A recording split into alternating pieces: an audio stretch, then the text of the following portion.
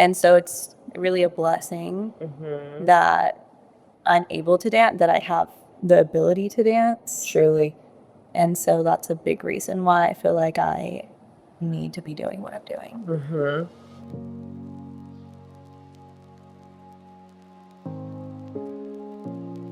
Hi, everyone. This is your host, Chelsea. Welcome back to the Well for Culture podcast. Today's a very special episode. I have a relative with me, and I am going to do my very first video interview on Well for Culture.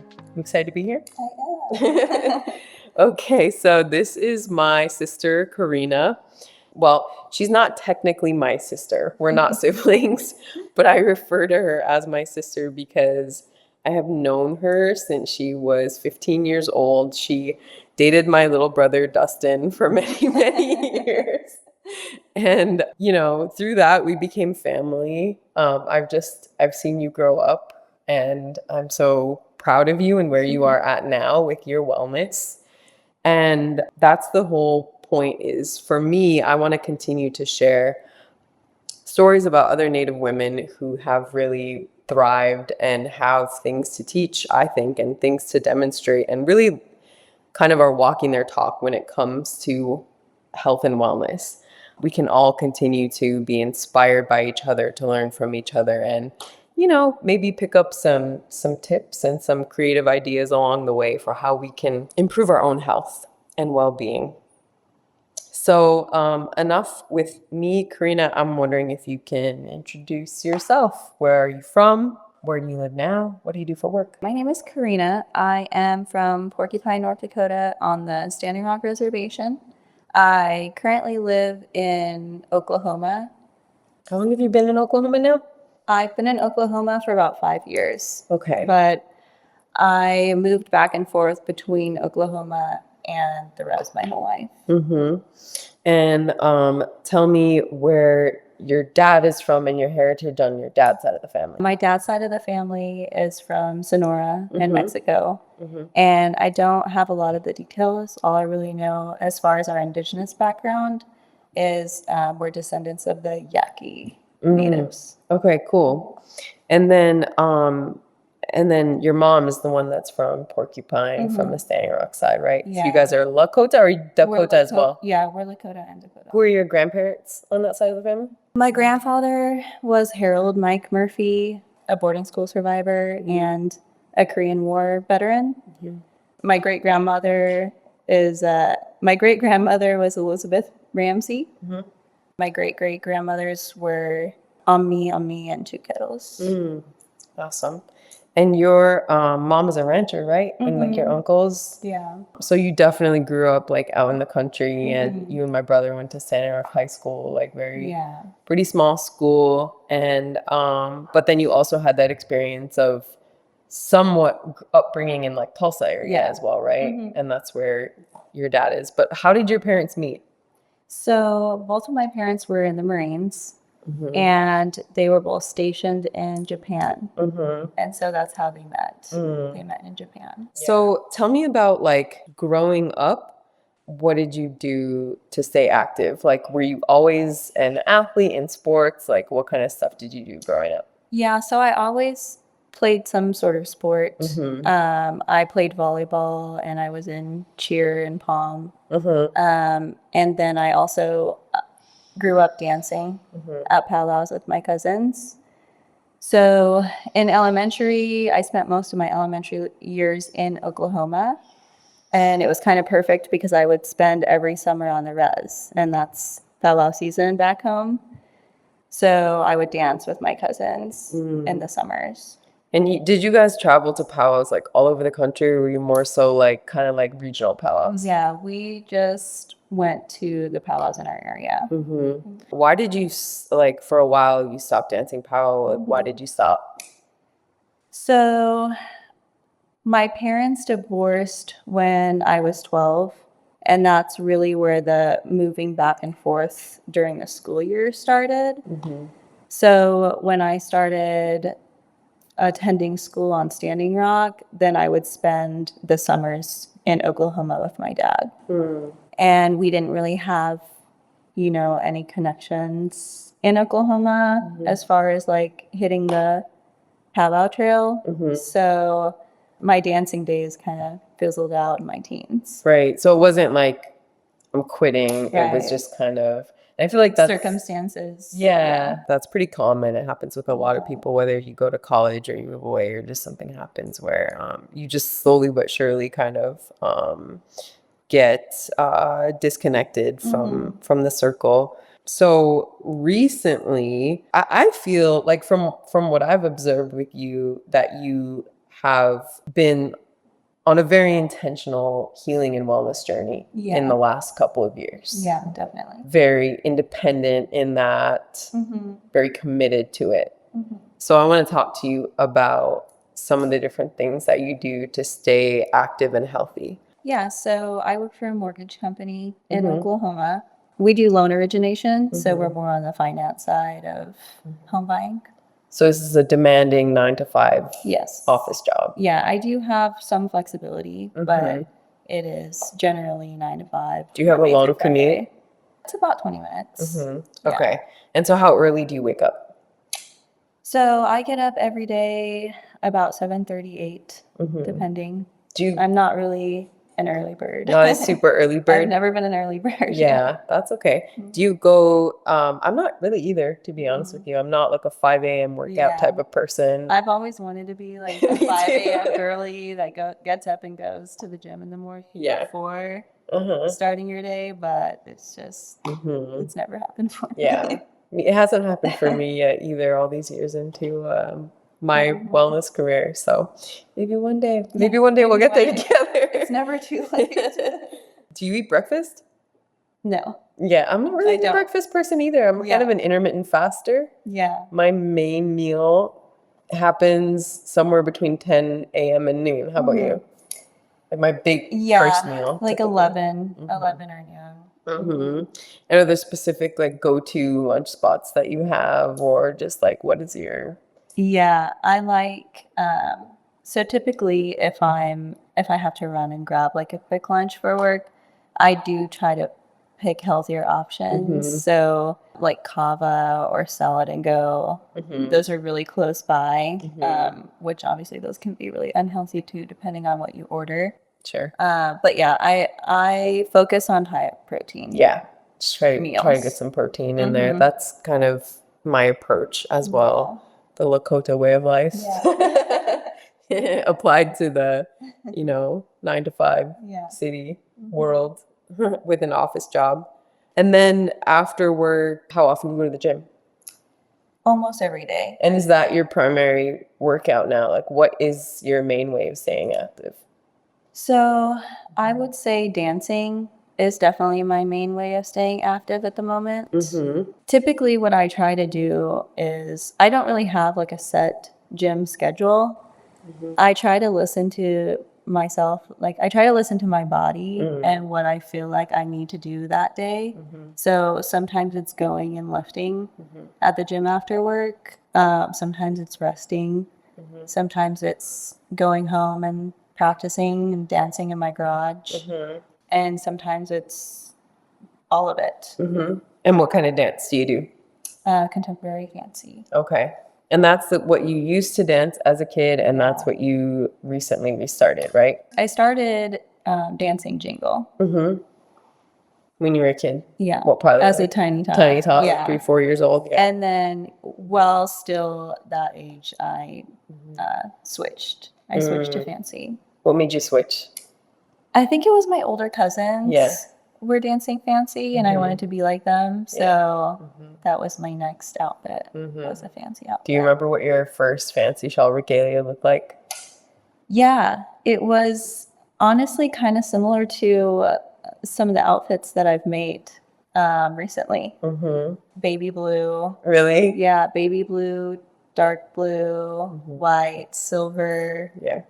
There were like hearts on the back with some geometric designs. Really, really cute. Cute. And so for those that, obviously a lot of people who are listening are very familiar with Powwow, but for those who have no idea, like describe what that practice entails, or like what aspect of your fitness does it challenge? Fancy dancing requires a lot of endurance and a lot of stamina. It's a lot of fast footwork. Yeah. I mean, or it could be like a slow, methodical step if it's like a crow hop or something. But either way, your calves, your feet, your legs. Yeah. It's then very physically cardio. taxing. Very physically demanding. So it requires a lot of practice. Yeah. And do you feel that that was an aspect of your fitness that you had maintained in between stopping and then starting powwow dancing again? Or do you think it was something that you really had to like train up again? It was something that I had to train up again, for sure. And do you feel really good with it right now? Or do you feel like you still have more training? I still have more training to do, definitely. And how old are you? I'm 31. Okay. So getting back into powwow dancing at 30 is quite the challenge. Yeah. After taking so many years off. Okay, so I want to ask you more questions about that, but first I want to finish asking you about the other aspects of your fitness routine. So you mentioned you lift weights a little bit. Is that something you grew up doing, or did you have to teach yourself? Like, how did you get into that? So my dad, I'm really lucky. My dad has always been very physically active. Like growing up, we've always been really competitive. We've always played, different sports together. That was always a big part of our bonding. They're cute. Like what? Like soccer, like so kicking the soccer ball, like throwing a baseball. We used to go to the YMCA, and they have racquetball courts. Yeah. So there was like a long period of time where me and my dad played a lot of racquetball. Right now, we just recently got back into playing tennis again. So really anything. Like we enjoy like. You guys golf all the time, right? Golf. Yeah. Who's better? I would say me. I know your dad is watching this. Like, oh yeah. No, my dad's actually pretty good. What are some of the things that led you into being more serious once again about fitness and health and getting back into powwow specifically? So I think honestly, like 2023, 2024, I would say were some of the like worst and also best, I guess most transformative like years of my life. I got out of a super long-term relationship. My parents, my dad and my stepmom, got a divorce. I lost my abuela. I lost my dog in a very traumatic way. I got into another like very short, complicated relationship. And so I think it was just like 2024 was such a year of loss for me, just in general. You went through a lot. Yeah. And you're continuing to go through a lot, I think. As we all know, a transformation like that doesn't happen overnight. Right. And things like grief come and go. Things like mourning a relationship come and go. Things like learning and continuing to be confident in your own independence. Your confidence can rise and fall with that throughout life. Right. As far as cultural stuff, we know in Native communities that our culture is a healing tool, but it's also something that is not like you can go sign up for a class. Right. If you're living in a place, in a city, or, it's really, everything is really grassroots. Yeah. And a lot of it is very, you just have to have the network, know the people, like have the background. Right. So what was it? So it's not, I guess what I'm trying to explain for people who don't understand is like something like getting back into powwow dancing. It's a lot of work. It's a huge commitment, both spiritually, culturally, and time-wise. Right. And it can be intimidating. Yes. If you haven't been in the circle for a while. So what was it that made you feel like, I gotta do this? I'm gonna commit. I mean, because she has really committed, and that's what I've been impressed with. Is some people say, "Oh, I'm getting back in the circle," and then they'll go to like, I don't want to shame anyone, but it's like you've really committed. And you've gone to, you're at Powwows almost every weekend. Yeah. Mm-hmm. So what got you there? Like, what was your motivation? Yeah, so I think I found myself, like we said, in a very low place at the time. Mm-hmm. And I had been saying for years that I wanted to start dancing again. Mm-hmm. Like, it's always something that I planned to do, it's always something that I wanted to do. And I think I was just in a place where finally there were no excuses. Mm. And I think I just stopped making excuses to do it as well. And so I just started getting my regalia together. And when I made the decision, I started dancing within a couple of months. Mm. And can you explain to people what is your teachings on like the regalia making process? Like, why was it important for you to sort of make your own? Yeah. So when I was younger, I had, family that would do my beadwork and make my regalia for me. And, we've obviously lost family members over the years. And I didn't really have anyone that could do that for me anymore. And I think that was one of my excuses not to get back into it for so long too. And I was always taught anyways that you are supposed to make your own regalia. You're supposed to do your own beadwork and make your own regalia, and that's part of the process. That's just a cultural teaching that I've always been told. Mm-hmm.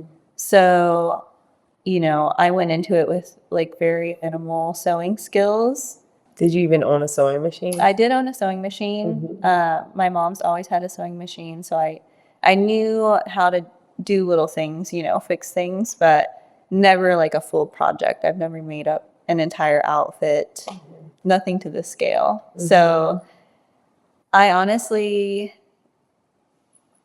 I watched a lot of videos on YouTube. I watched a lot of TikToks, and I just went and bought fabric, and I just kind of trial and error. Yeah, trial and error. And my first outfit that I made was pretty shoddy. Like the sew, there was clearly a lack of sewing skill. Sewing skill. But I'm sure you're the only person that saw it so well. But yeah.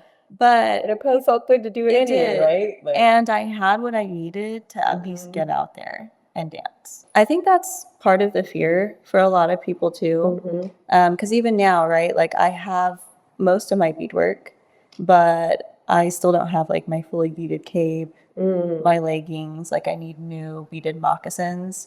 And I think a lot of people feel nervous or shy or embarrassed to get out there if you don't have all of the fancy things that you need. Everything perfect. But at the end of the day, you don't need those things. You don't need all of the fancy beadwork and the fanciest outfit to get out there and just dance, right? Because there should be a deeper reason and meaning behind why you're dancing anyways. And what is your reason?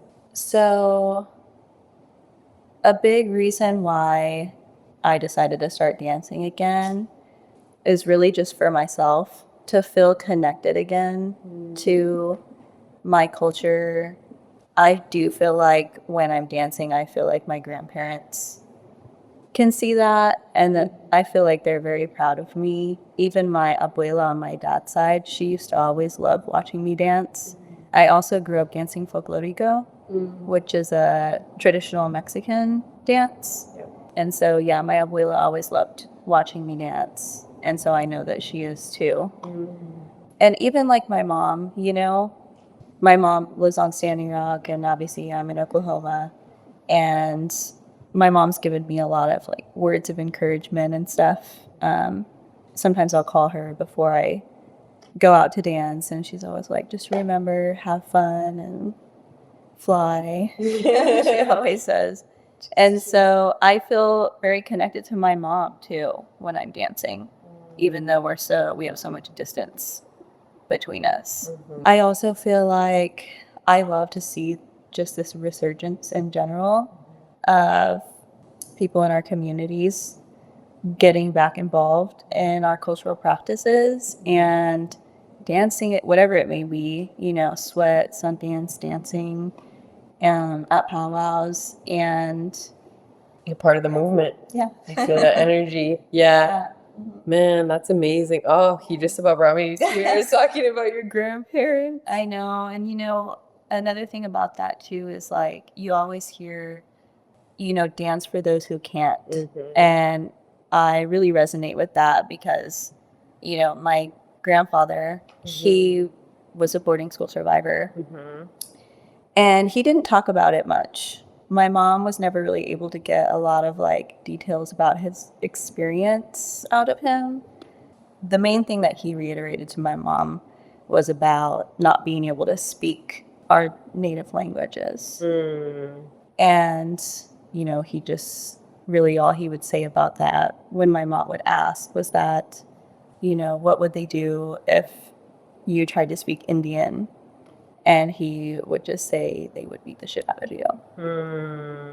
So yeah, when I dance, I feel like I'm really dancing for my grandpa. You know, I mean, so many of our grandparents weren't allowed to speak our languages or, you know, carry on our traditional practices. And so it's really a blessing that I'm able to dance, that I have the ability to dance. Truly. And so that's a big reason why I feel like I need to be doing what I'm doing. And what strikes me as well is that you mentioned it's like everything is reciprocal. So you have the ability to dance and you're doing it. But then I think dancing also gives you an ability. Yeah. Like it makes you like physically stronger.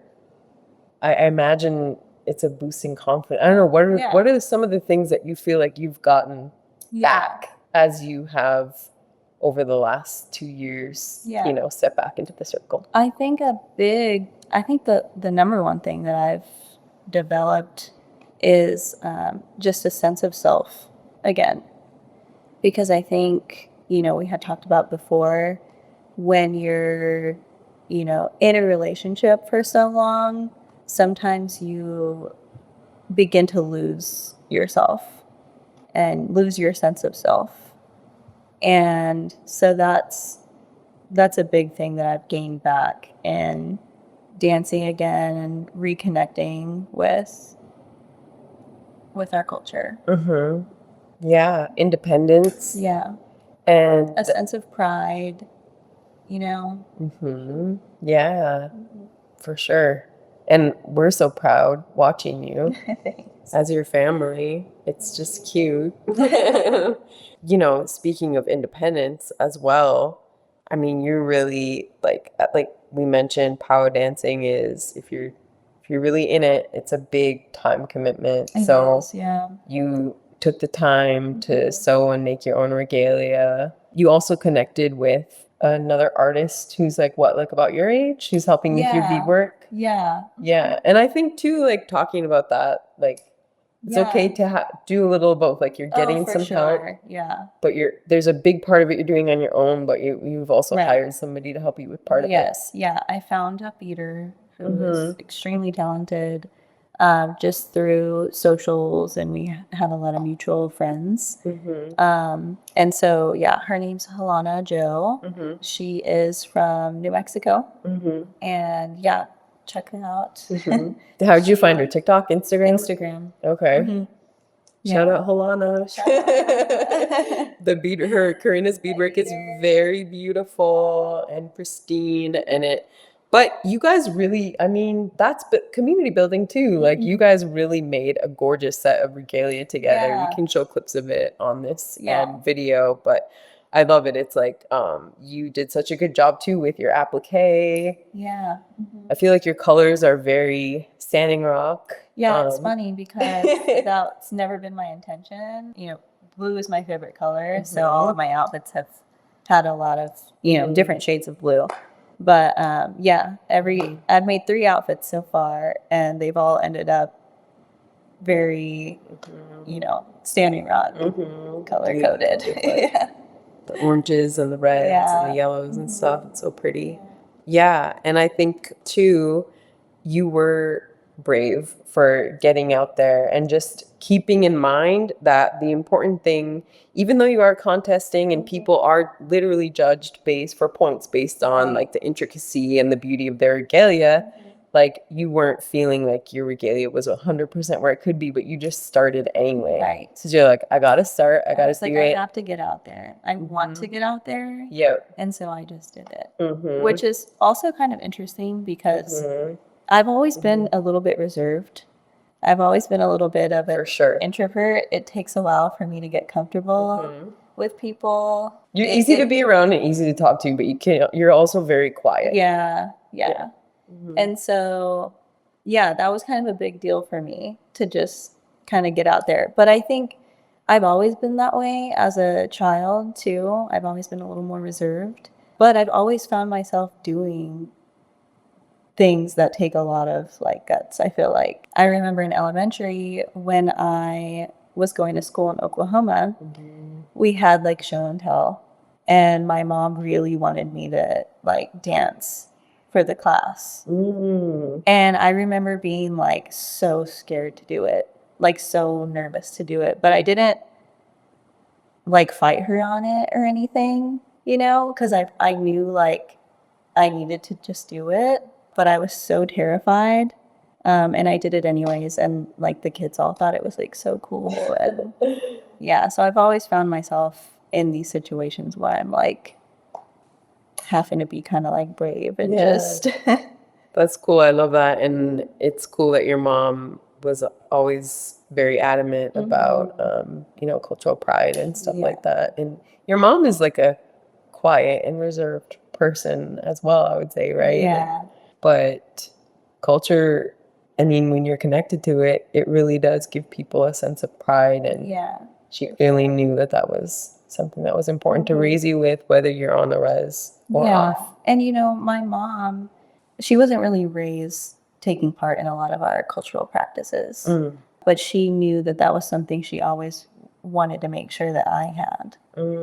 And so she made sure, that I danced with all of my cousins, and she made sure to pass down a lot of important teachings, Lakota teachings. Yeah. So, I credit my mom a lot. And, after all of the things that I had kind of gone through that pushed me back into dancing, I credit that to my mom passing down those values to me as well, and those traditions, because I always knew I had that to go back to. Like I knew that if I was struggling, I could go home, and I had our culture to kind of run to or fall back on in like moments of need, Yep. So I'm very grateful for that. Yeah, that's foundational. So foundational. And I think a good segue also into talking about kinship teachings. And we've been talking a lot about this a lot lately, women's roles in Native communities. Like, what are our responsibilities as moms, as aunties, as sisters, as friends, and supporting people and raising our kids right. And we have a lot of responsibility to do these things. And something that made me so incredibly happy this weekend was Weston, my younger daughter, getting out and dancing at so Weston is, we're here in Salt River. I was obviously born and raised in North Dakota. Corina and I are from the same place, but my daughters are being raised here in Salt River on their dad's side, and it was the Salt River Red Mountain Eagle Powwow this weekend. So Corina, first of all, that she came out from Oklahoma, and I was like, you should come out and dance in this powwow, and she was like, I'm doing it. Like, you bought your plane ticket, you got yourself out here, stay with us for the week. And I knew that my daughters would be, they always love to be around you, but I knew that they would be really excited to see you dancing because they haven't seen you dance yet. Yeah. And sure enough, Weston had danced Tiny Tots before, but very, I think, more reluctantly and was more shy. But this time, because she saw Karina's dress laying out on the bed, and then I brought Alo's older dress out, which now fits Weston, and it's the same like shades of light blue. We matched. She was really excited about that. Yeah, so even just being upstairs here in my house and Weston watching Karina start to get ready, she was like, I think I am gonna do this. Yeah. You know how kids can be sometimes. They're really like, they just don't. A little motivation. Yeah, so she saw you and she was like, I'm gonna get ready with Auntie Karina. And then Karina like braided her hair and was just there as I was getting Weston dressed. And as a mom, it made it so much easier for me. I didn't have to like really coax Weston. She was just excited because she had a role model. And I think, I hope that you can see too another benefit of like, already you've only been back in the circle 2 years and you're already a mentor for my daughters, which is amazing. And then Aloe, she almost got out there too. My other daughter, Aloe, she's like much more shy, much more reserved. She'll get out there one day. And she's been out before. She's danced tiny tots before, but this year she got her regalia all on and then she was like, I can't do it. Like she was at the last minute. She was amazing. Maybe next year. Yeah. I'll be back next year. But she was still excited to be out there and to hang out with us at the Powwow Day and watch you and stuff. So I think it's nonetheless, I think are helping instill pride and confidence in my kids and your nieces, which obviously means the world to me as their mom. But yeah, tell me about like what that was like taking Weston out for grand entry and stuff. So grand entry was a little rough. She, it's hot here. It was so and there's just a lot going on and it's loud. And so, yeah, she was really excited at first, but grand entry can be kind of long. And so, but she got out there. I mean, she did the whole grand entry with me. So that's a big deal. I feel like that she stuck it out. And then after that, I was a little concerned that she wasn't going to want to go out for tiny tots. But I told her, I'll carry you, because I figured if I could get her out there with me. And then she saw the other kids dancing that she would want to dance. So, yeah, that's exactly what happened. So, yeah, we danced around the circle and she danced the whole song. She danced the whole song. I was trying to get her to, try out different moves and stuff. So I was like, can you do a spin? And she was basically just copying every move that I was doing. And she was just dancing and she was like, this is so much fun. And then after we stopped, after the song ended, I was like, oh my gosh, you did so good. And she was just like, yay, that was so fun. She was like jumping up and down and she got her ran to get her tiny top money. Yeah. So it was $2. Yeah, it was a really good experience. And I'm glad that she got out there with me. Yeah, just cute formative memories for her, for sure, for our whole family, for sure. Like and me being pregnant right now, I've been meaning, and I just again, kinship and being like kind of stepping in where others can't. Like it just made my life so much easier as a parent when you can be the one to take her out and do all that repair. And I really do think that's why aunties and uncles traditionally have such a big role for us. I really do think that there's something to be said about a kid is going to be a little, like your auntie is a little cooler than your mom. Right. And you're going to be more motivated to sort of follow what they're doing because you don't always have the same like disciplinary role with them or the same like daily routine. So when it comes to asking the kid to learn something new or do something a little bit different, they might be more inclined. Yeah, because I just get to be like the fun auntie. Yeah. With the pretty sparkly dress, She just loved it. She just, she adored it. And then we all got to watch You contest, which was so fun. Oh my God, you got out there and we had friends in town and Corina had like a whole Salt River section watching her, a really intertribal section. We were all out there cheering you on. So that was a ton of fun this weekend. So tell me more about some of the travels that you've done too, just since being back in the circle. And you mentioned your mom, you know, having that reason to go visit your mom. And then tell me about like your dad flowing around with you too, because I think that's really cute. Yeah, for sure. So this is my first summer hitting the Oklahoma Powwow Trail at all. So that's been really fun and interesting, and seeing some of the dance styles and categories that I've never seen before. You know, the gourd dancing is very prominent in Oklahoma, and I've never really seen much of that before. We don't do that up north. And then I've seen a lot of woodland dancers, which has been really cool and different. But yeah, my dad normally comes with me to all the powwows in Oklahoma. So, and like I said before, my dad's just a super competitive guy. So he's really into like the contest part of powwowing. And he's always trying to give me little tips and stuff. And so anytime that I've placed, he like takes full credit for for the advice that he gave me. Right. But yeah, so that's been really great. It's been really good bonding for us too. My dad and my stepmom have been coming with me on the trail in Oklahoma. That's good. I'm glad you have people to drive with you for those like late night road trips and stuff like that. Makes me feel better. Yeah, and then I've gone back home, you know, for a few. I went back home for my hometown powwow, Porcupine Powwow. So that was a lot of fun. I went back for tribes as well. That was really fun. It was really cold. But if you had to choose between dancing in the heat or the cold, man, I would probably go with the cold.